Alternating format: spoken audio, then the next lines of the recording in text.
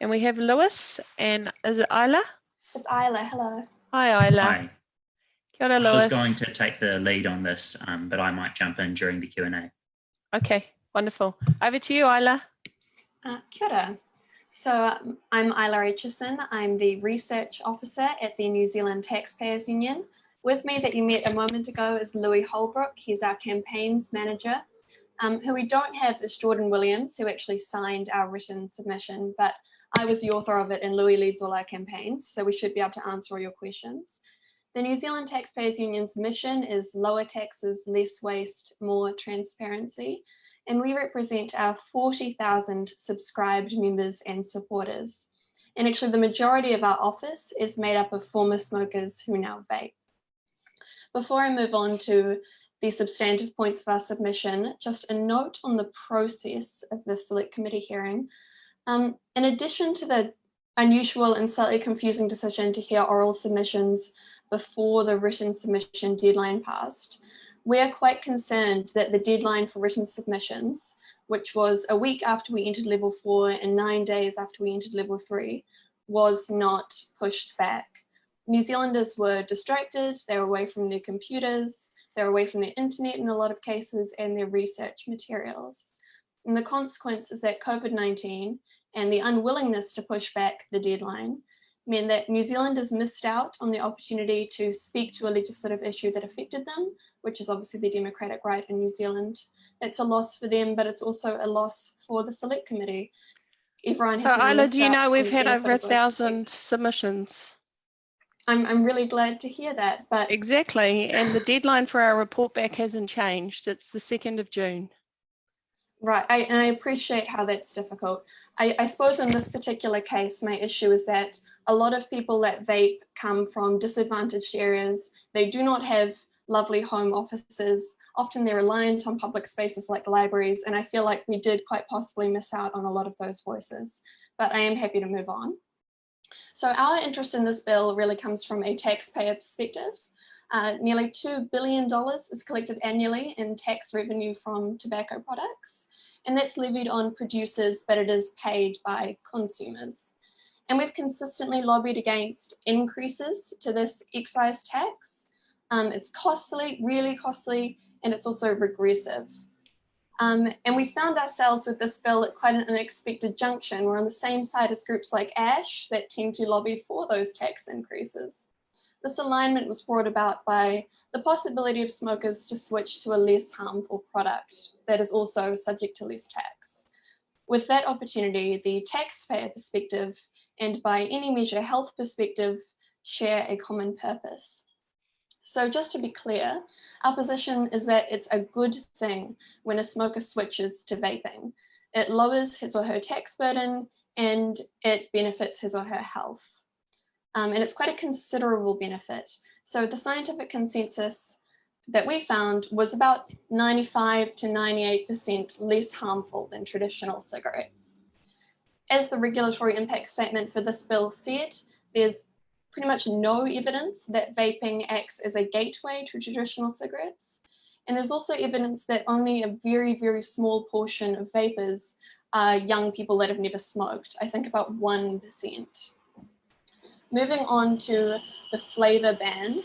So as you're aware, that means that non-specialist stores can only sell mint, menthol and tobacco flavoured vape liquids.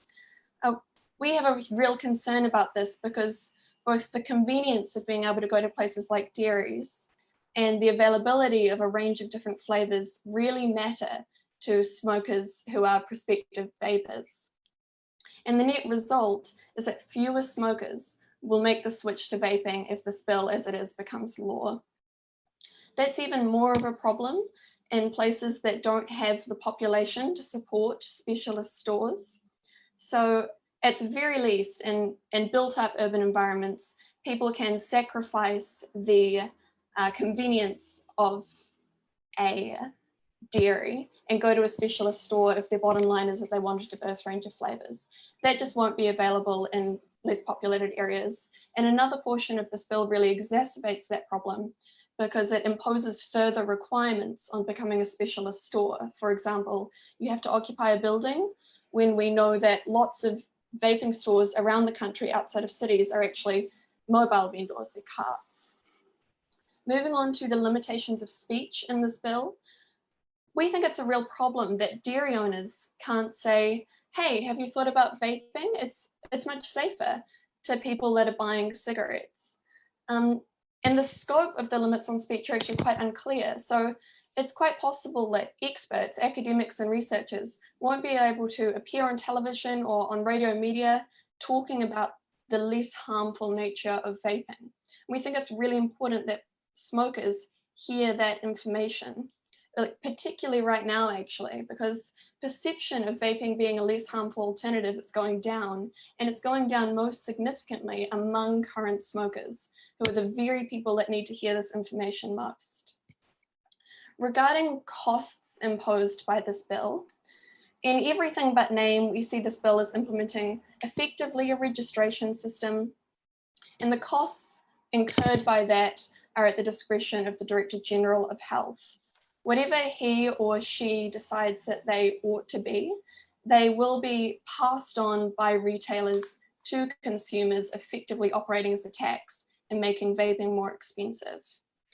We don't see any of that as desirable. The alternative measures that we are interested in is taking advantage of the fact that the vaping industry has already been quite successfully self-regulating since Minister of Health and Philip Morris New Zealand Limited, and give some legal backing and some certainty to those unofficial rules as existing practices, and limiting the intervention to things like age restrictions and product safety requirements. Just a final note, I am one of the Taxpayers Union staff members that is a former smoker, now vapor. When I quit smoking, which was quite a lot, it was anything up to 2 30-gram pouches a week, I simply wouldn't have done it had there not been flavors I liked, and had I not been aware that it was safer, and had vaping not come at a comparatively low price. In short, I would not have quit smoking if this bill had been passed into law at that stage. And so from both an organizational and a personal level, I hope it is considered extremely carefully. Thank you. Thank you, Isla. Are there any questions for Isla? I just, you're sort of mentioning in terms of youth vaping. Are you aware of some of the youth survey data that's come out recently that talks about the increase in vaping among our young people, and that some of the smoking is going up as well a little bit in that group? Might be worth having a look at in terms of just some of the things that we've been considering as well, because the kind of statements about not having any influence on youth, vaping and smoking associations. I think some of the information that we've seen today suggests that there are areas of concern that we will need to be taking into account.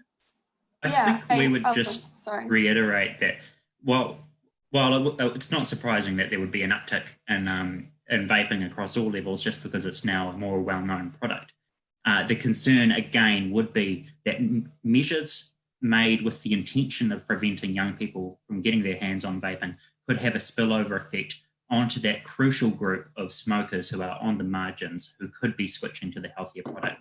So we would just really urge that any measures focused on that group of young people is really strongly targeted with that purpose in mind. Okay. I think that is it. No more questions. So thank you both for your submission. And I mean, I did note what you said at the beginning of proceedings. Obviously, the committee had no choice but to progress the bill given the time frame the House determined was appropriate. So the 2nd of June report back was the date, and we went out and we have had an expedited process. And I know, for example, you were one of the organisations that asked for an extension, but I'm happy that you were able to fulfil the option of making a submission and presenting before us. But can I reassure you, the level of interest in this bill compared to smoke-free cars, for example, where we had 150 submissions, we've had well over 1,000, and we will have to have another hearing to ensure that New Zealanders have a say in this particular piece of legislation. But I do note what you said, and obviously for some of us, we've continued to work and fulfill our obligations. And again, I thank you for your contribution to the deliberations for the committee on this particular piece of legislation. So thank you. There have been some unease from other members of the of Parliament around this process as well, but I think we will enter into it, as Lewis has said, with the best intentions to get through an important piece of legislation, even amongst this COVID-19 crisis that we find ourselves in. Thank you, Maggie. Thank you. Kia ora.